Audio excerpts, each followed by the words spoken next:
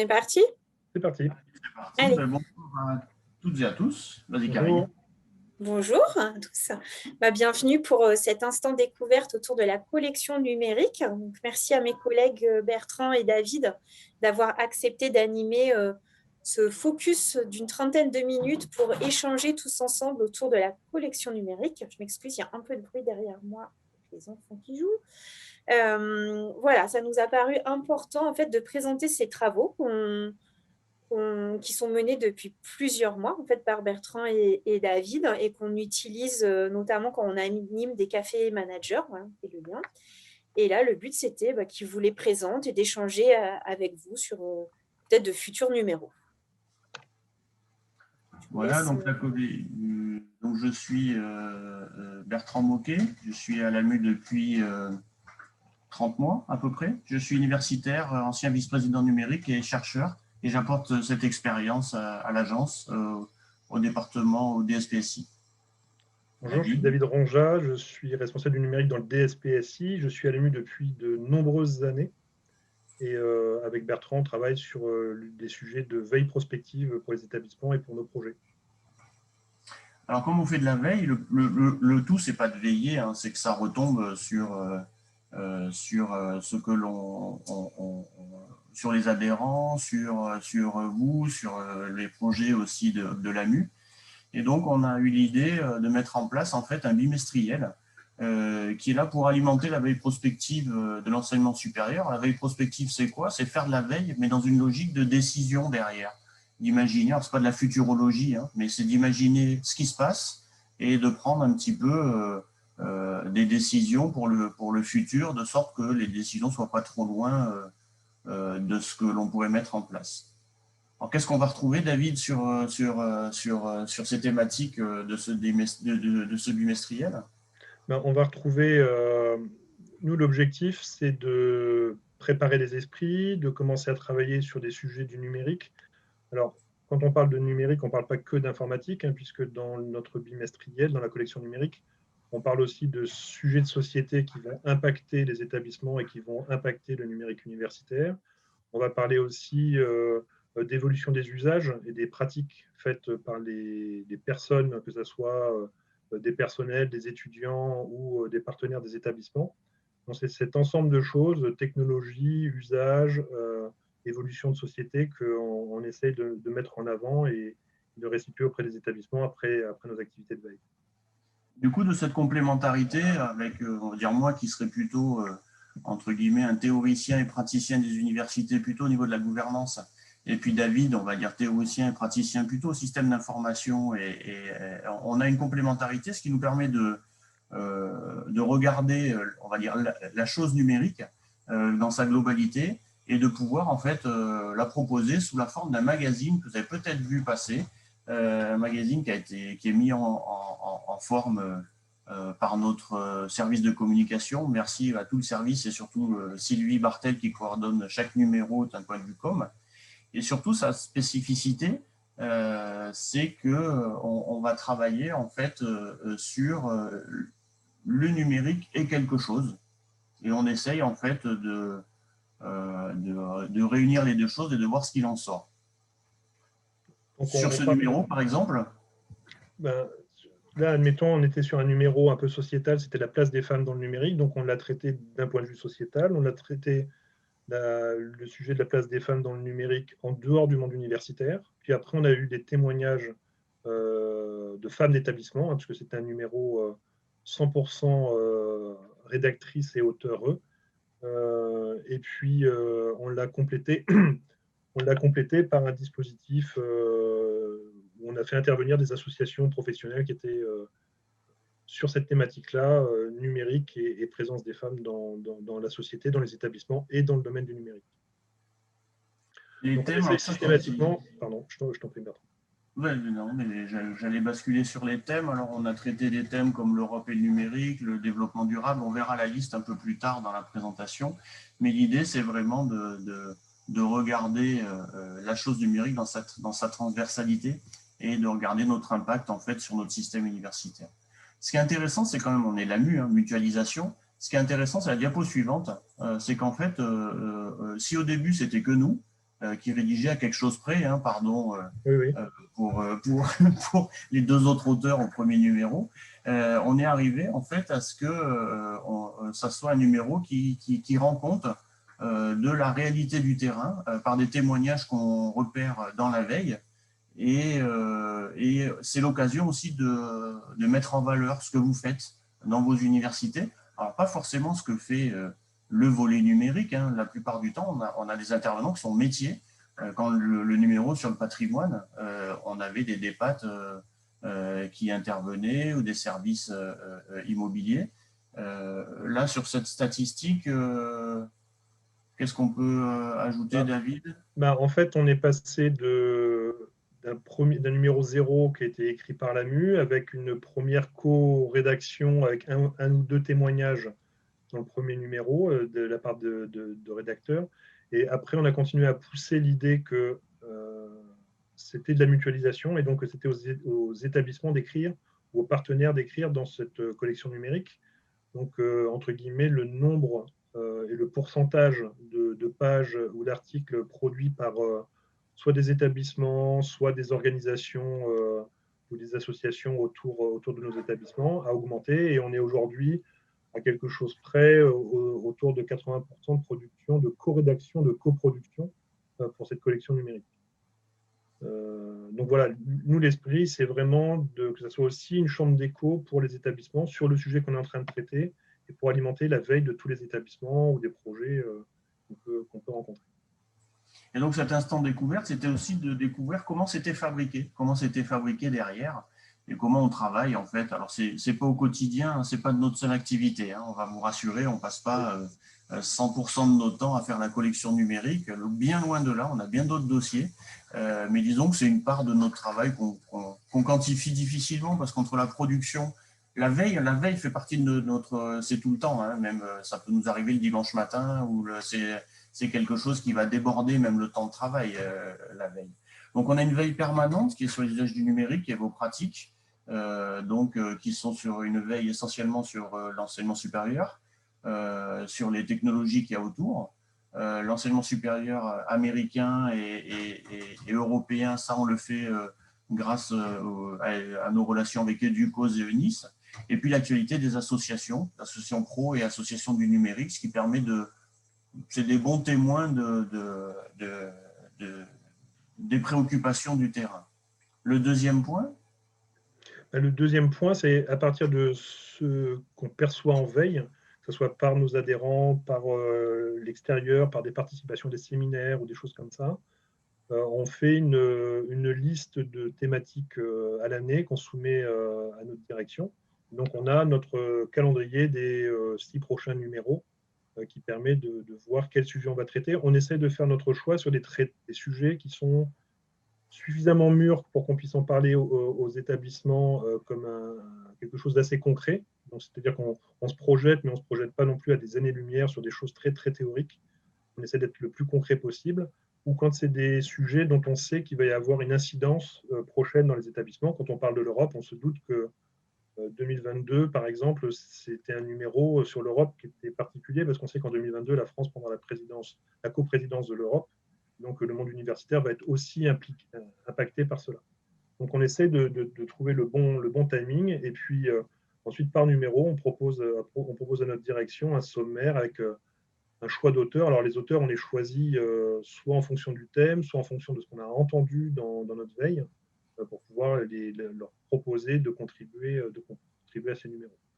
On a aussi des remontées d'auteurs spontanés, des personnes qui disent écoutez, on a vu que le prochain numéro est, par exemple, si je regarde la dernière collection numérique qui était sur le livre, on a dit qu'on ferait le prochain numéro sur la simplification et l'automatisation.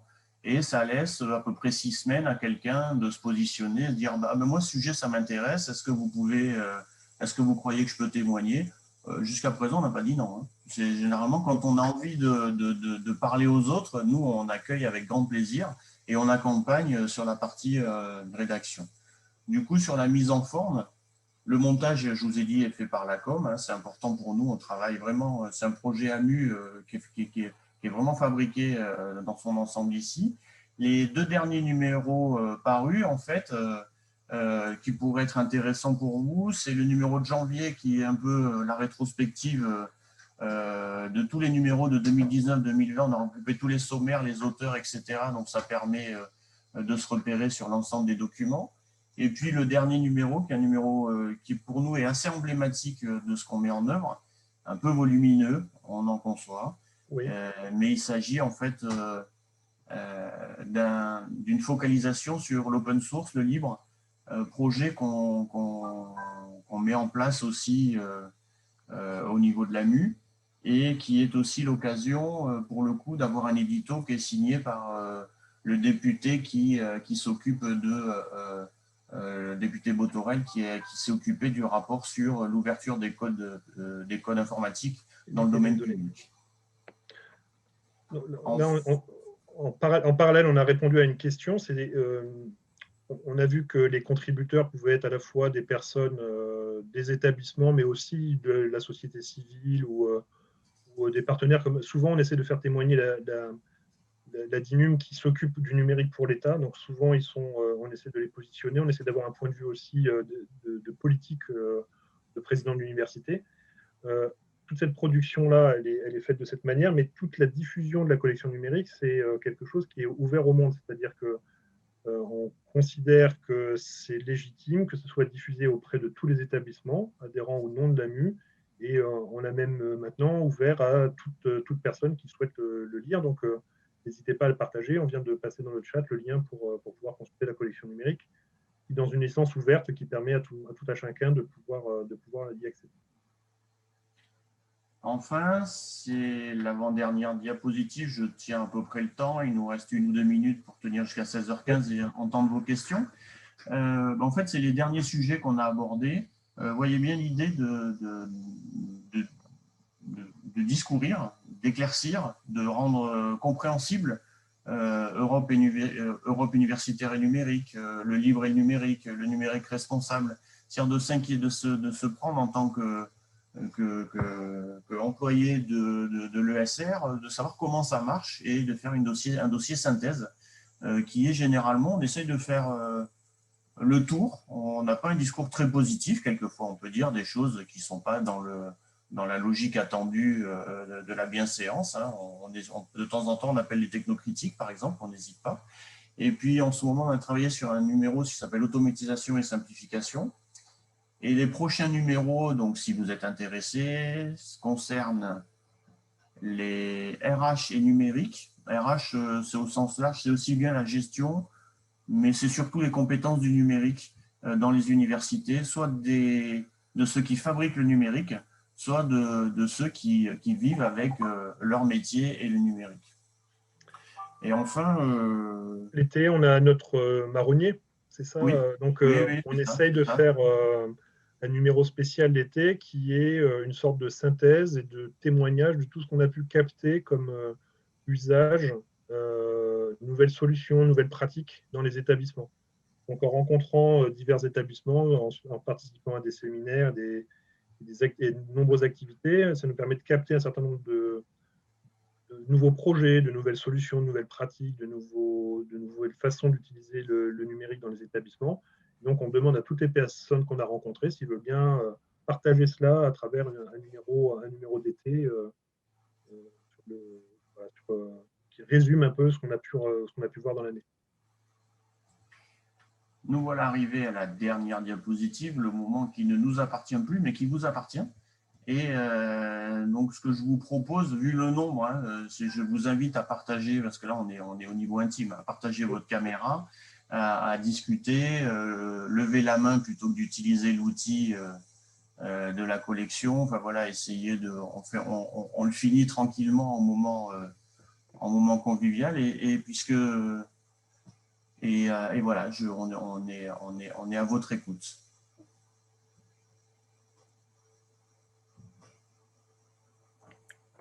Moi, déjà, du coup, ça m'intéresse de savoir si les participants avaient connaissance de cette collection numérique. Et s'ils avaient déjà lu quelques numéros. Non, je vois Karine, elle hoche la tête. Oui, voilà, non, je connaissais pas. Non, j'étais en train de regarder effectivement tous les anciens numéros qu'il y avait. Du coup, j'ai cliqué sur le lien. Et effectivement, non, je connaissais pas du tout et je vois qu'il y a des sujets très intéressants, donc je vais regarder ça attentivement dorénavant. C'est gratuit, hein. Il y a une question, pardon, Oui, oui, oui, oui, il c'est pour m'ouvre ça le que fil de j'ai répondu questions. rapidement. Oui, oui. Alors, F bar, je suis désolé, je ne sais pas si le F, si c'est monsieur ou madame, donc je vais dire cher collègue, comme ça je tape en touche. Donc c'est gratuit, bien sûr. Comment dire? Alors c'est gratuit parce que vous êtes adhérent de l'AMU, mais on est encore plus qu'aucun que ça, puisque nous, en fait, on l'a mis en open access depuis le numéro 3, je pense. Et donc, du coup, je pense qu'on l'a fait de manière rétroactive, discrètement, mais tous les numéros, en fait, sont… merci Florence. Donc, tous les numéros, vous les prenez, vous les diffusez, vous pouvez même les copier-coller. Alors, la seule chose, c'est que comme c'est en bail SSA, évitez de faire de l'argent avec et évitez d'oublier de nous citer. C'est les seules choses, c'est les seules contraintes dans la licence Creative Commons qu'on a choisie. Mais prenez, diffusez. Alors, imprimez peut-être pas parce qu'il y en a, c'est du papier. Mais si vous êtes si ça vous plaît, n'hésitez pas à relayer dans votre service. Ça peut être intéressant. Vous allez gagner du temps. C'est un peu le but, quoi. Voilà, c'est un peu le but de vous faire gagner du temps, quoi. C'est fait. Je vais reprendre. Moi, c'est pour ça que je suis venu à l'AMU, pour faire gagner du temps aux adhérents. Le temps que je passe à faire quelque chose, il compte. J'essaye qu'il compte un pour l'ensemble des personnes. Donc l'idée, c'est de vous faire gagner du temps, quoi. Est-ce qu'il y a une autre question sur le fil? Oui, vous avez le lien. Merci Nathalie. Pour le recevoir, pour être informé de la diffusion, alors elle est mécanique. Hein, c'est à la fin du mois, à la fin des mois pairs. Hein, voilà. Dans les derniers jours, les dernières minutes des mois pairs, on le diffuse. Si vous voulez être informé de la sortie du numéro, on a un fil qui s'appelle le fil Actu, qui est une mailing list à laquelle vous pouvez vous abonner assez facilement, qui vous enverra l'information de dire le numéro de la collection numérique sur l'automatisation et l'amélioration des démarches administratives, par exemple, vient de sortir. Donc comme ça, vous aurez accès directement au numéro. Vous serez informé, surtout le petit rappel qui vous dit vous avez quelques pages à lire. Et vu qu'on est construit maintenant comme dans une logique magazine, c'est-à-dire une rubrique très généraliste sur le sujet, une rubrique recherche, une rubrique témoignage société, une rubrique témoignage établissement, et puis quelques petites rubriques un peu plus annexes sur la fin. Ça vous permet comme ça de piocher dedans et pas forcément de le lire d'une traite parce que c'est pas forcément l'idée, mais que vous puissiez, admettons, je ne sais pas si vous avez entendu parler d'une technologie, vous ne savez pas trop ce que c'est. Bah, dans les premières pages, il y a souvent un article de vulgarisation pour vous expliquer ce que c'est qu'un chatbot, ce que c'est du RPA, etc. Ça c'est aussi une logique de diffusion pédagogique autour de barbarisme que peuvent utiliser les gens du numérique. Et là, vous travaillez dans quel domaine, là, si ce n'est pas trop indiscret? Alors, si vous répondez par le chat ou par la voix, par ce que vous voulez, hein, on prend tout. Moi, je travaille en fait dans un service qui s'occupe de la professionnalisation, dans tout ce qui est apprenti et contrat de professionnalisation. D'accord. De quelle université? Montpellier. D'accord, ok. Donc vous êtes au CFA ou à l'autre? Non, je suis à Richter en fait, à Montpellier Management. D'accord, bon, vous êtes de l'autre À côté côté de la de, place alors. Voilà, ok. voilà, à côté de Face, votre antenne à juste en Montpellier. face. Il y a Florence qui nous dit qu'elle est responsable de la documentation électronique dans une bibliothèque. Et Alors puis, Florence, j'espère que vous le mettrez à l'entrée de votre BU dorénavant. Alors en plus, nous on aime bien travailler avec les BU parce qu'il y a une grande maturité sur, on va dire, sur les technologies liées au métier. Maintenant, c'est les technologies numériques, mais c'est un métier qui a toujours été accompagné par des technologies, et encore plus maintenant avec le numérique. Donc, il y a une grande maturité. Moi, j'ai un grand plaisir à travailler avec la DBU, avec qui on travaille régulièrement. Et c'est vrai que c'est un sujet aussi qu'on méconnaît, le niveau de compétences dans les BU, sur les compétences numériques, mais on vous soutient pleinement, quoi. De là à faire une collection numérique sur les BU, c'est ce qu'on s'était proposé entre nous. voilà. Alors vous avez à peu près notre esprit, que la façon dont on choisit des thèmes, ça peut être aussi comme ça sur des. Donc voilà, ça peut être intéressant pour la communauté. de savoir comment ça se passe dedans. Et Loïc Molina, de l'université Clermont-Auvergne, nous dit qu'il est dans le domaine du pilotage de la masse salariale, donc, plutôt entre la finance et la RH. Okay. Alors dans 2 numéros, donc du coup, on sera sur un RH et numérique. À ce moment-là, pour vous dire vraiment pratiquement, vraiment on échange entre collègues là. On est à un moment donné où on est en train de, ça fait à peu près 2 mois qu'on a travaillé en amont sur le thème RH et numérique. C'est ce que nous, on a commencé à repérer sur de la veille, sur les réseaux sociaux, sur des revues spécialisées. Donc, on a commencé à amasser de la matière, je vais dire ça comme cela. Et en fait, on prend et on commence à sentir des tendances qui apparaissent plus souvent, etc. Et ça, on fait pareil sur le côté ESR, donc et sur les sujets des associations. Et sur ce numéro, c'est très singulier, un peu comme pour le patrimoine, on va embarquer le service de Karine et Nathalie, on va embarquer la chargée de domaine RH et peut-être ses collègues, ou les chargés de domaine, je n'ai pas bien compris la structuration, mais on va faire une première réunion où elles vont travailler avec nous pour confirmer, infirmer si les tendances ont s'égouré ou pas, et on va affiner. Moi, il y a un truc qui me tient à cœur, c'est le côté compétences numériques. Ceux qui me connaissent un petit peu sur le parcours, je suis un ancien du C2I, etc. Donc, le côté formation, ça me concerne depuis très très longtemps, depuis une vingtaine d'années, je pense, à peu près. Et donc, voilà, effectivement, aujourd'hui, c'est un sujet, le développement des compétences numériques. Pourquoi faire dans quel intérêt qu'est-ce que ça change dans le métier? Il y a plein de questions là-dessus. Est-ce que c'est gênant? Est-ce qu'on peut aujourd'hui être employé à l'université sans avoir des compétences du numérique?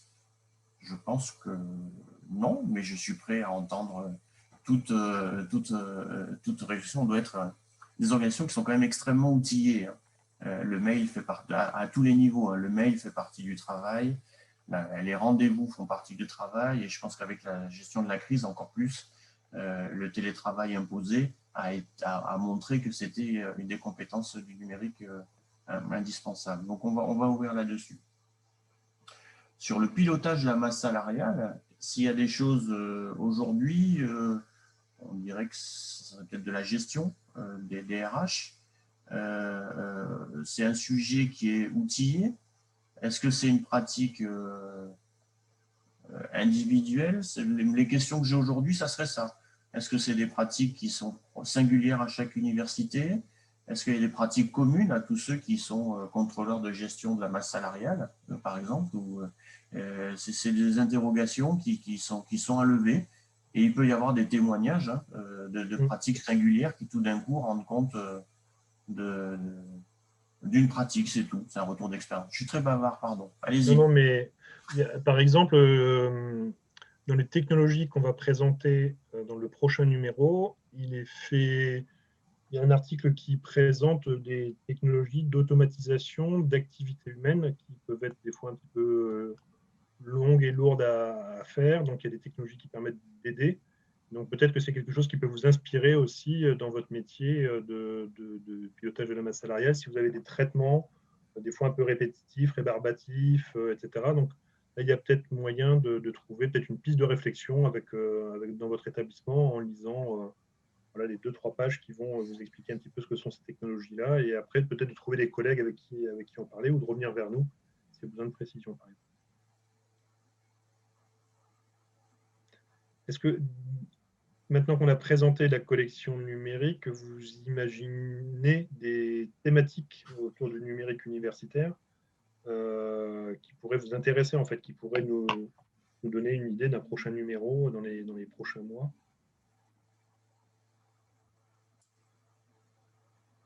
Excusez-moi d'avoir posé une question qui est peut-être un petit peu ardue. Hein.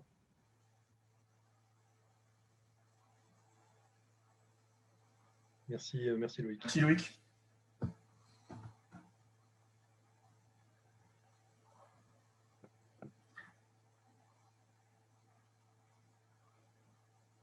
Après,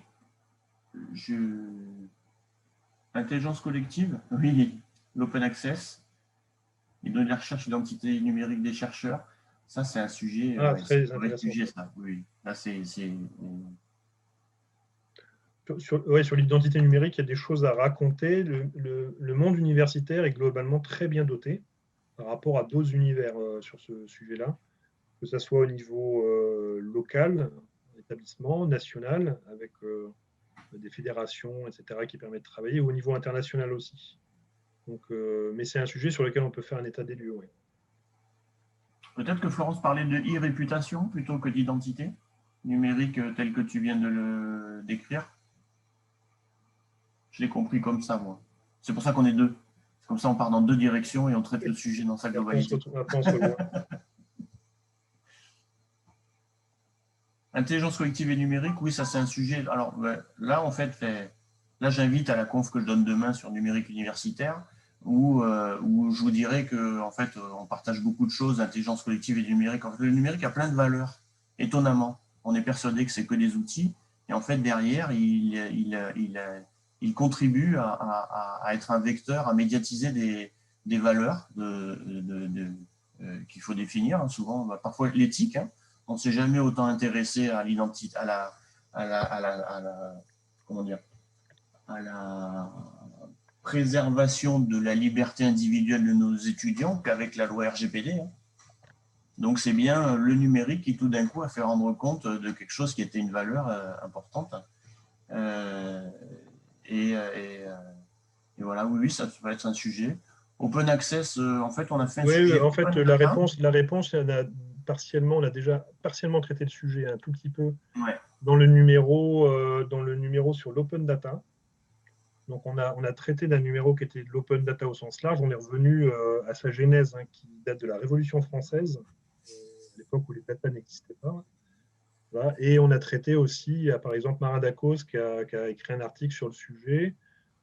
Mais par contre, ça mérite effectivement un numéro à part entière, parce que c'est un sujet vraiment, vraiment important, l'open access et les données de la recherche au sens large.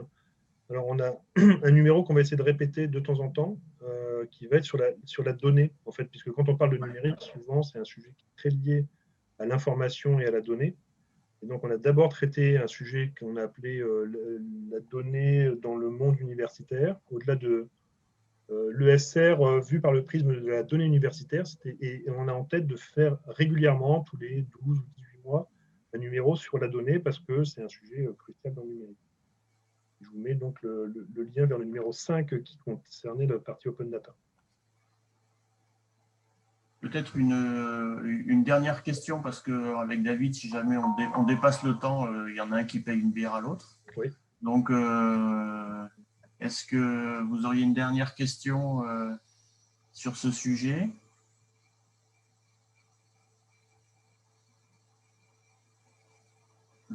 Et l'archivage numérique ou la conservation ? Oui, c'est noté. La conservation, ça fait partie des sujets qu'on a aussi en tête. Donc, c'est une bonne nouvelle. Alors, j'en profite, Florence, on recrute un archiviste. Enfin, je dis ça comme ça, hein, si c'est un domaine qui y a un poste qui est disponible sur les petites annonces de l'AMU. Si vous voulez devenir l'archiviste de l'AMU, il y a un poste qui est ouvert là en ce moment. Voilà. Pour un projet. Parlez-en autour de vous. C'est un endroit sympa, hein, où surtout en ce moment, on finit un petit peu dans un cadre, mais qui est le cadre de la visio, mais sinon, c'est un endroit. Bienvenue. Je vois qu'on a la même méthode de rangement et que le vrac numérique est fichier recherché, c'est ça? Ou CTRL F pour trouver des éléments. Donc voilà. Je le redis, la contribution, quel que soit votre positionnement dans l'université, j'ai peut-être pas été explicite, chaque retour nous intéresse. Il ne faut pas être forcément directeur de service pour faire remonter quelque chose. Alors, évidemment, vous pouvez d'abord nous contacter et nous on fera l'effort de contacter la hiérarchie s'il y a besoin, mais on est capable aussi, s'il y a une pratique qui est intéressante, que vous sentez que vous avez quelque chose un peu d'atypique dans votre métier, il y a des compétences du numérique associées, n'hésitez pas, vous venez vers nous, nous on s'en débrouille, on reviendra. On n'est pas obligé d'être chef pour écrire dans la collection numérique, c'est ouvert à tout le monde. C'est vraiment, sinon ça serait pas une vraie réalité, ça serait une réalité faussée. Donc, il ne faut pas hésiter si vous avez envie de participer. Merci. Merci pour votre écoute, pour les questions, votre intérêt. Et puis, À très bientôt. À demain, en fait. Quand vous voulez. Oui, à demain pour ceux qui viendront m'écouter. Merci Bertrand, merci David. Merci, Karine. Avec plaisir. Merci à beaucoup. tous. Merci, Et bonne belle journée. fin de journée à tout le monde. Merci bien. Au revoir. Au Merci, au revoir.